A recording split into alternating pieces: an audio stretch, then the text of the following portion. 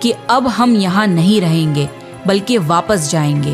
پھر وہ لوگ واپس فلسطین چلے گئے۔ ابراہیم علیہ السلام کی عمر 86 سال کی ہو گئی، پر ان کی کوئی اولاد نہ تھی۔